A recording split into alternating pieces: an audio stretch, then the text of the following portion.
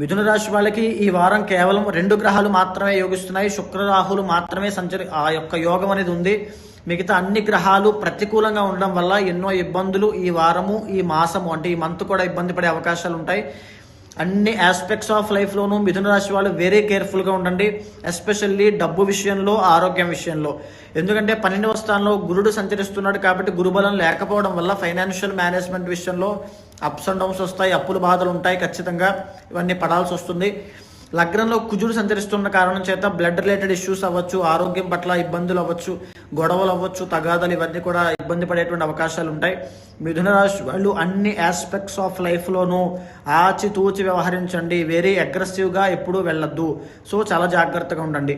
So Subrahmanya స్వామి యొక్క ఆరాధన చేస్తే మిథున రాశి వాళ్ళకి కాస్త ఉపశమనం కలుగుతుంది. ఇక చూస్తే కర్కాటక రాశి వాళ్ళకి 4 గ్రహాలు యోగిస్తున్నాయి. ఇది చాలా గొప్ప విషయము. ఎందుకంటే లాభస్థానంలో గురుడు, భాగ్యంలో శుక్రుడు యోగిస్తున్నారు కాబట్టి నూతన వస్త్ర వాహన వస్తు యోగాలు ఉన్నాయి.